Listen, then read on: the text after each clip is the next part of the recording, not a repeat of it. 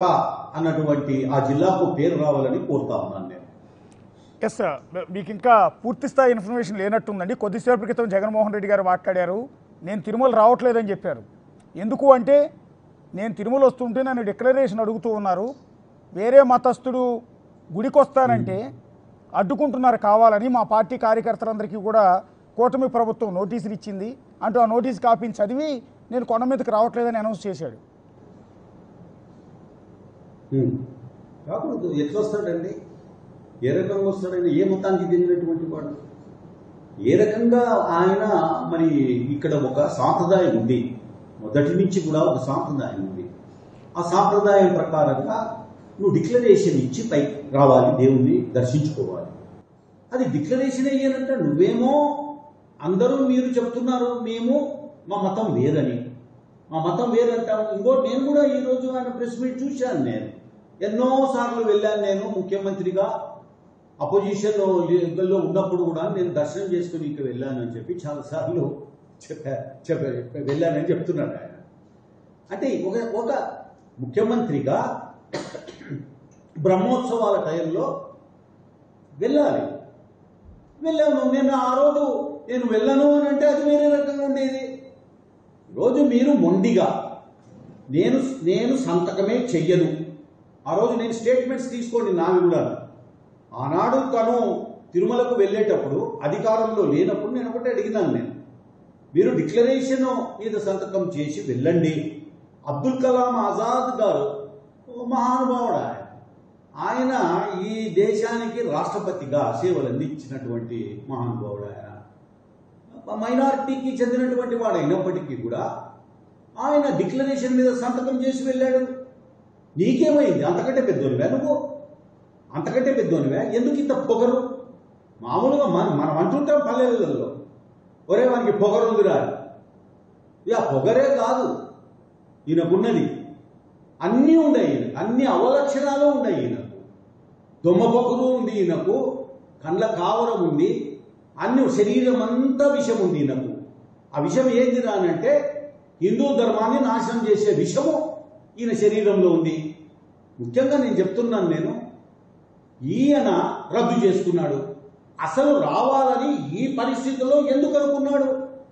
ఈయన రమ్మనండి, ఆయన ఎక్కడికన్నా రమ్మనండి, సెక్యూరిటీ లేకుండా రమ్మనండి. ప్రతి ఊర్లో మరి కొరడాలు తీసుకొని రెడీగా ఉంటారు ఈయన. ఏంటి ఈయన చేసింది? మహాతత్వం ఎవరు చేయలేనిది, అటువంటి చెయ్యనటువంటిది ఈయన చేసి పెట్టి ఈరోజు మన ఆంధ్రప్రదేశ్లో, ముఖ్యంగా మా రాయలసీమలో 2 దేవస్థానాలు, మహత్తరమైన దేవస్థానాలు ఉన్నాయి. ఒకటి శ్రీశైలం, ఇంకొకటి మన బాలాజీ తిరుమల తిరుపతి. ఈ రెండింట్లలో కూడా శ్రీశైలంలో అయితే మీకు బాగా ఇది ఉంటుంది, విజువల్స్ కూడా ఉంటాయి మీ దగ్గర. అక్కడ కూడా లడ్డు మీద పడ్డాడు ఈయన. ఏంద్రా అంటే లడ్డు, దీన్ని కొట్టాలని. శ్రీశైలం లడ్డూలో చికెన్ ముక్కలు పెట్టారండి ఈయన హయాంలో. ఇప్పుడు ఏమో ఇక్కడ కొవ్వు. ఈరోజు జరుగుతున్నది ఏమంటే రద్దు చేసుకున్నాడు. ఎందుకు చేసుకున్నాడు రద్దు? ఎందుకు చేసుకున్నాడు? ఖచ్చితంగా ఏదో జరుగుతుందని ఆయన భక్తులను మనం లేపి కూర్చున్నాము. శాంతితో ఉండేటటువంటి వీళ్ళు ఈరోజు వీళ్ళని రెచ్చగొట్టాము. మనం చేసిన తప్పుకు వెంటబడి కొరడాలతో కొడతారేమో అని భయపడి ఆయన రద్దు చేసుకున్నాడు. రమ్మనండి పల్లెలకు. ఆయనను పల్లెల్లో ఏముంది, మొత్తం అంతా కంప్లీట్గా ప్రతి వాడు ఈరోజు ఈయనను ఇటువంటి వాడు ఎందుకున్నాడబ్బా మా రాయలసీమలో, ఎందుకున్నాడబ్బా ఈ ఆంధ్రప్రదేశ్లో, ఎందుకుంటున్నాడు ఈయన అనేటటువంటి స్థాయిలో ఆలోచనలో ప్రజలు ఉన్నారు ఈనాడు. అంటే జగన్ గారు అంటున్నది ఏంటంటే, నువ్వు దేవుడి దర్శనానికి ఒక పవిత్రమైన ఆలోచనతో వస్తూ ఉంటే నీదే మతం, నీదే కులం అని అడుగుతారా, సంతకం పెట్టమంటారా అని అడుగుతున్నాడు ఆయన.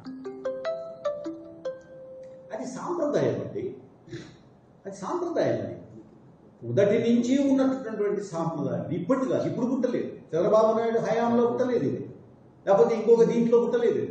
ఎప్పటి నుంచో ఉన్నటువంటిది ఇది సాంప్రదాయం.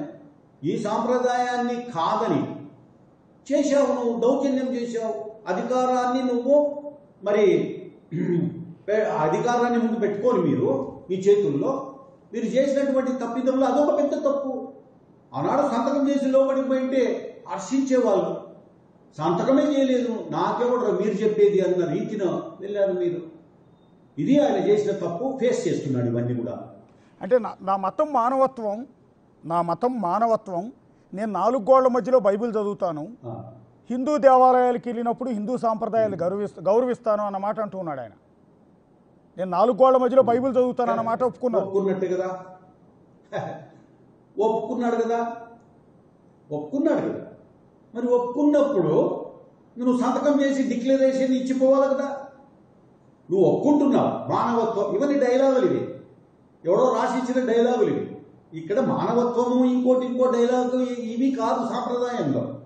సాంప్రదాయంలో మీరు ఒప్పుకొని 4 గోడల మధ్యన నేను అదేం లేదు, ఎక్కడ కూడా ఏ సాంప్రదాయంలో లేదు. 4 గోడలా లేకుంటే 10 గోడలా, ఒక 50 గోడలా అనేది కాదు. ఇక్కడ ఉన్నటువంటిది మీరు ఏ మతం, ఫస్ట్ పాయింట్ అంటే అన్య మతస్థులు. మీరు అన్య మతస్థులు డిక్లరేషన్ మీద సంతకం చేసి వెళ్ళాలి. వెళ్ళకూడదని ఎక్కడ లేదు, దర్శనం చేసుకోకూడదని ఎక్కడా లేదు. అన్య మతస్థులు సంతకం చేసి డిక్లేర్ చేసి లోపలికి వెళ్ళాల్సి, దర్శనం చేసుకోవాలి. ఇది ఇక్కడున్న సాంప్రదాయం. మీరు ఒప్పుకున్నారు కదా, ఒప్పుకున్నప్పుడు ఇంకెట్లా పోతావు నువ్వు ఫ్రీగా? ఏం దౌర్జన్యమా, లేకపోతే సాంప్రదాయం అంటే లెక్కలేదా? అది దీనికి సమాధానం చెప్పాలి.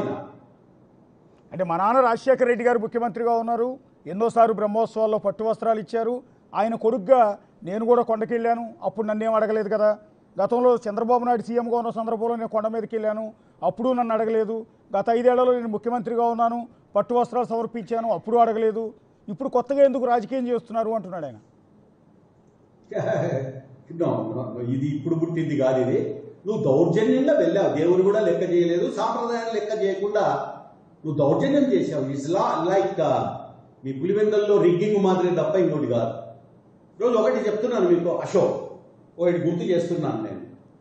సాంప్రదాయం అనేది మరి భద్రాచలంలో ఏ ముఖ్యమంత్రి ఉన్నా కూడా సాంప్రదాయబద్ధంగా ముత్యాలు తీసుకొని వెళ్తారు. ఇది మీకు గుర్తు చేస్తా ఉన్నా. కానీ ఈ ముత్యాలు తీసుకుపోయేటటువంటి సాంప్రదాయము ఎవరైతే రూలర్ ఉన్నారో, ఆ రూలరు ఆనాడు ఉన్నటువంటి ముస్లిం రూలర్ ఎవరైతే నైజాం, వారు కూడాను ఆ యొక్క ముత్యాలు తీసుకెళ్లారు ఆనాడు. ఇవి కొన్ని సాంప్రదాయాలు ఉంటాయి.